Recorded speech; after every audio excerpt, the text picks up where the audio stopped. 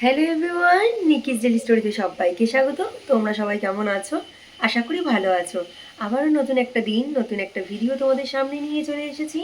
আর ভিডিওটা এখন থেকে শুরু করছি। ঘড়িতে এখন বাজে 8:30। ঘুম থেকে উঠতে আজকে লেট হয়ে গেছে, শরীরটা একটু খারাপ, ওই জন্যই একটু লেট হয়ে গেল।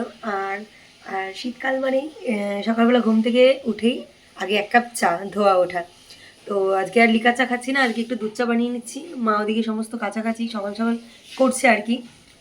বহুদিন পরে এরকম দুধ চা খাচ্ছি সকালবেলা, বেশ ভালোই লাগছে। তার সাথে মা সকালে ব্রেকফাস্ট করবে বলে একটা ডিম সিদ্ধও নিয়ে নিয়েছে। আর আমি ভাবলাম যে তাহলে চলো আর গিয়ে আর কিছু খাবো না, একটু ডিম ভুজিয়া করে নিই, মুড়ি দিয়ে খেয়ে নেবো। এটাই আজকে সকালে জলখাবার, খেয়ে নেবো, কোনো সমস্যা নেই। সকালবেলা তো দেখতেই পেলে জলখাবারটা ওইভাবেই খেয়ে নিলাম, আর কিছু করিনি। তা দুপুরে কী রান্না করবো সেটাই মাকে জিজ্ঞেস করলাম। তা মা বললো বাঁধাকপিটা রয়েছে ফ্রিজে, সেটা কুচি কুচি করে কেটে দে, আর সমস্ত সবজি কেটে দে, একটু সবজি ডাল করব। তা বসে গেছি কাটতে, আর এদিকে পাপিয়া দিয়েও চলে এসেছে। তো ঝটপট করে সবজিটা কেটে নিচ্ছি।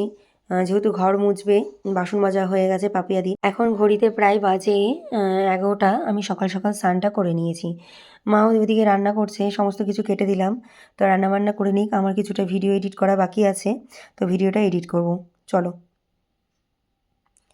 ওদিকে তো স্নান টান করে আমি বসে বসে ভিডিও এডিট করছিলাম, মা সমস্ত রান্নাবান্না হয়ে গেছে। তা মাকে বলেছিলাম অল্প একটু বাঁধাকপি রেখে দিতে, খাওয়ার সময় গরম গরম একটু পকোড়া বানিয়ে নেব। তা কিছুটা ফ্রিজে চর্বিও ছিল, বাঁধাকপি আর চর্বি দিয়ে সাথে পেঁয়াজ কুচি লঙ্কা কুচি দিয়েছিলাম, দিয়ে সুন্দর করে বেসন দিয়ে মেখে পকোড়াটা বানিয়ে নেবো। আর ভীষণ ভালো লাগে এই পকোড়াটা খেতে, গরম গরম হলে পরে বেশি ভালো লাগে। তোমরা কে কে এরকম বাঁধাকপি দিয়ে আর খাসির চর্বি দিয়ে পকোড়া বানিয়ে খেয়েছো, অবশ্যই আমাকে জানিও তো। ঠিক আছে, চলো বানিয়ে নিই আর খাবারটাও বেড়ে নেব। মায়ের ওদিকে পুজো দেওয়া হয়ে গেছে, আর আমি এদিকে গরম গরম পকোড়াগুলো বানিয়ে নিয়েছি। আর এক বাটি ডাল আর একটু বাঁধাকপি, মা বাঁধাকপি বানিয়েছিল ইলিশ মাছের মাথা দিয়ে, বেশ ভালো লাগে। সেদিনকে ইলিশ মাছ আনা হয়েছিল, ফ্রিজে মাথাটা রাখা ছিল। তা মাকে বললাম নষ্ট না করে তুমি বাঁধাকপি দিয়ে রান্না করে নাও। তো চলো। হ্যালো এভরিওয়ান, অনেকক্ষণ পর সামনে এলাম, আজকে ব্লগের সামনে আসা হয়নি। আর দুপুরবেলা খাওয়া দাওয়ার পর না একটু ঘুমিয়ে গিয়েছিলাম। আর বিকাল এখন 5টা বাজে।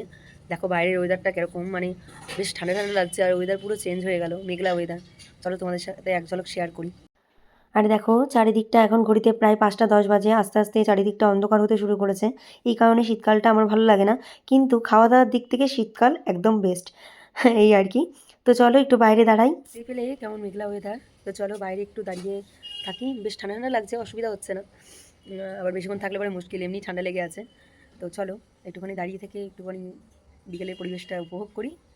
সন্ধ্যাবেলা কী করছি না করছি অবশ্যই শেয়ার করবো। 5:30 থেকে শেখানো রয়েছে, গান শেখানো রয়েছে, পরপর ক্লাস রয়েছে, ক্লাস করানো রয়েছে। তো চলো পরে আসছি কেমন। বাইরে কিছুক্ষণ দাঁড়িয়ে সময় কাটাচ্ছিলাম, তারপরে গান শিখতে চলে এলো। এখন ঘড়িতে প্রায় বাজে 6:30, তোমাদেরকে বললামও। তো চলো গানটা শিখিয়ে নিই, পরে আসছি। গান টান শিখিয়ে নিয়ে দেখলাম পাশের ঘরে মারা চা খাচ্ছিল, তো আমি চলে এলাম চাটা খেতে। বিকালবেলা চা না খেলে বেশ ভালোই লাগে না একদম। তো আরও একটা স্টুডেন্ট শেখানো আছে, তো চলো। হ্যালো এভরিওয়ান, এখন ঘড়িতে প্রায় বাজে 8:30।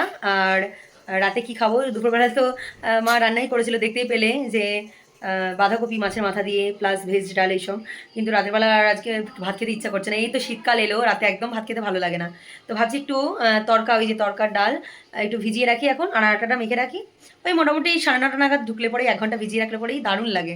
মানে এরকমভাবে ভিজিয়ে রাখলে পরে তরকাটা বেশ ভালো সিটি পড়লে সিদ্ধটাও ভালোভাবে হয় আর কি। তো চলো তরকার ডালটা ভিজিয়ে রাখি, আর ওদিকে আটাটাও মেখে নিই। 8:30 বাজে, ঝটপট করে রান্না করতে হবে। দেখতেই পেলে যে গান শেখানো ছিল, একটু একটু টাইম লাগি। তা মায়ের শরীরটা ভালো নেই বলেই ওই জন্যই আমি দুপুরবেলা তো মা করেছি সমস্ত রান্নাবান্না। তো এখন এইটুকুনি করে নিই। তো চলো করতে থাকি, কী করছি না করছি অবশ্যই শেয়ার করবো কেমন। রাতে হঠাৎ করেই প্ল্যান হলো যে তরকারি রুটি খাবে।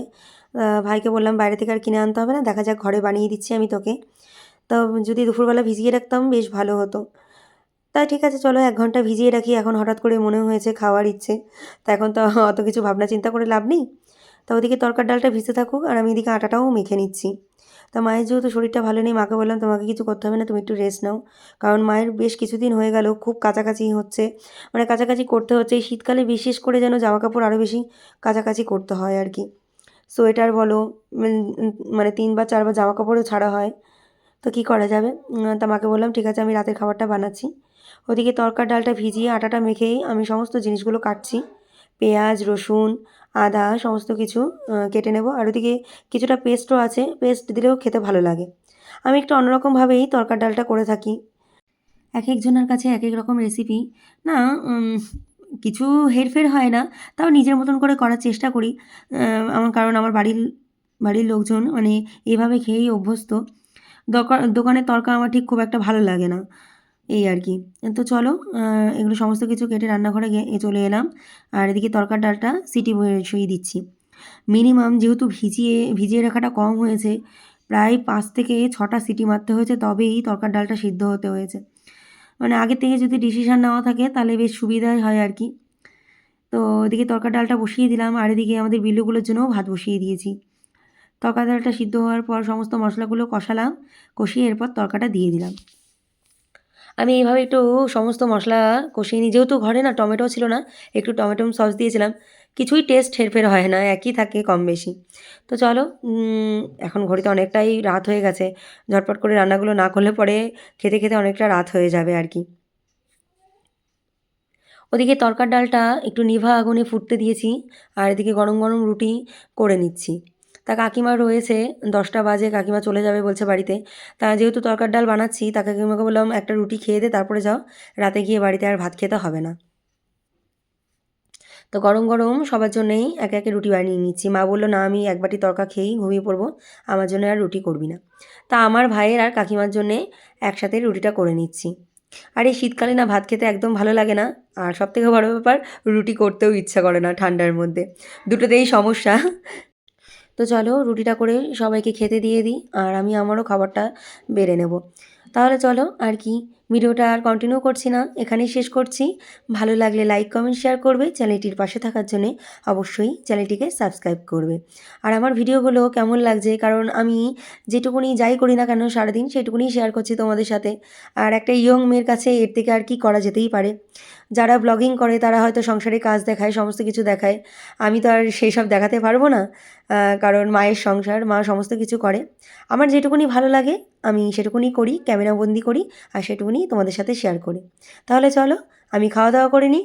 আজ এই পর্যন্তই। আগামীকাল নতুন একটি ভিডিও নিয়ে চলে আসবো। ততক্ষণ তোমরা সুস্থ থেকো, ভালো থেকো। টাটা।